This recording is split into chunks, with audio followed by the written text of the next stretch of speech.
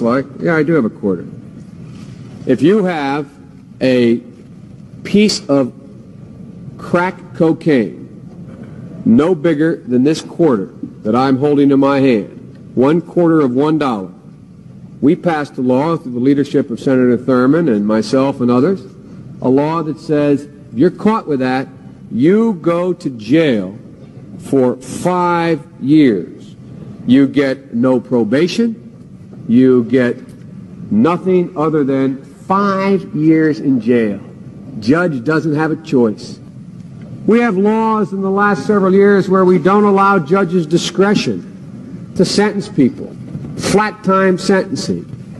You get caught, you go to jail. We increase the penalties for those who sell or use. Increase the penalties. Increase them.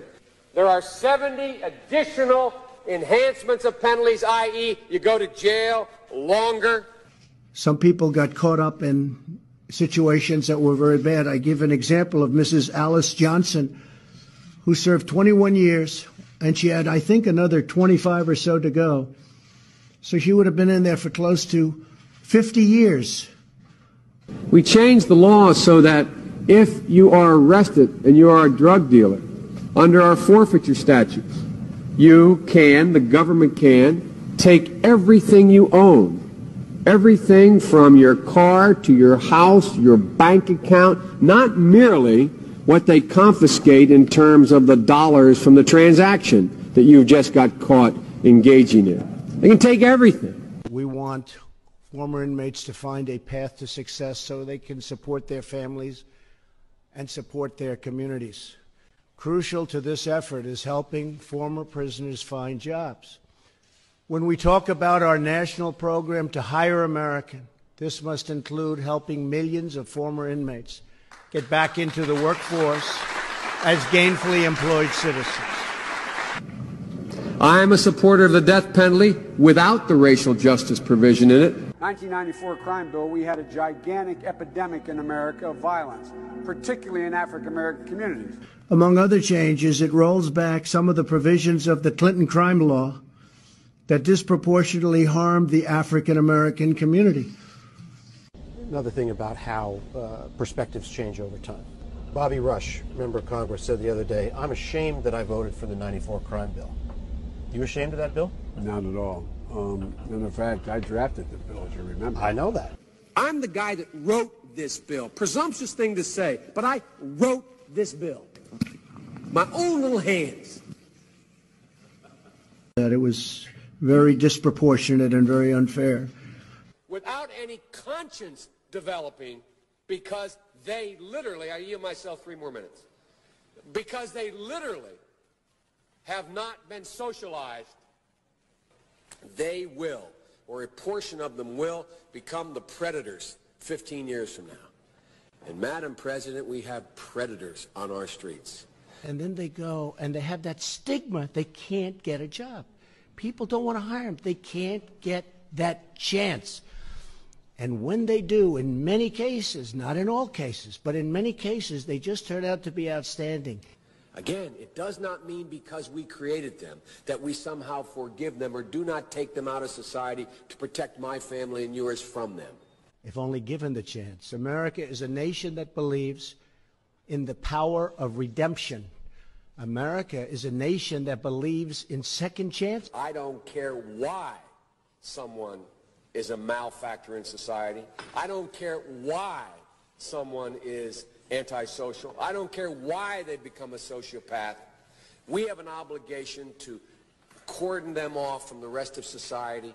And help former inmates get a second chance at life, and a second chance that many of them will really succeed at. They are beyond the pale, many of those people. Beyond the pale. We have no choice but to take them out of society. It's an amazing thing. Our whole nation benefits if former inmates are able to re-enter society as productive, law-abiding citizens. So you cannot make rehabilitation a condition for release. That's why in our system, there's the federal system, you serve 85% of your time. We also want more mental health services so released inmates can cope with the challenges of life on the outside. And some of those challenges are not easy. But they are in jail, away from my mother, your husband, our family. Nobody wins when former prisoners fail to adjust to life outside, or worse, end up back behind bars. It doesn't matter whether or not they were deprived as a youth. It doesn't matter or not whether or not they had no background that enabled them to become socialized into the fabric of society. It doesn't matter whether or not they're the victims of society.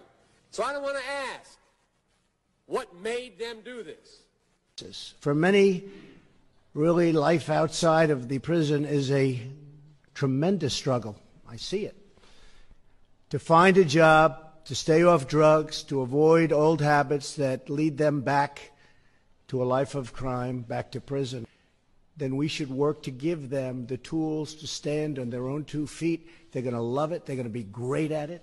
And the programs so that inmates can reenter society with the skills to get a job.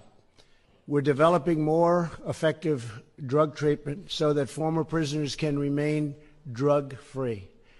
So I hope this crime bill, when it passes, the Biden-Hatch crime bill, as it becomes law, God willing, I hope that we will have ended once and for all this notion that is a hangover from the 60s, that somehow Democrats are weak on crime and Democratic presidents are weak on crime and Republicans are tough on crime. The truth is, every major crime bill since 1976 that's come out of this Congress, every minor crime bill has had the name of the Democratic senator from the state of Delaware, Joe Biden, on that bill.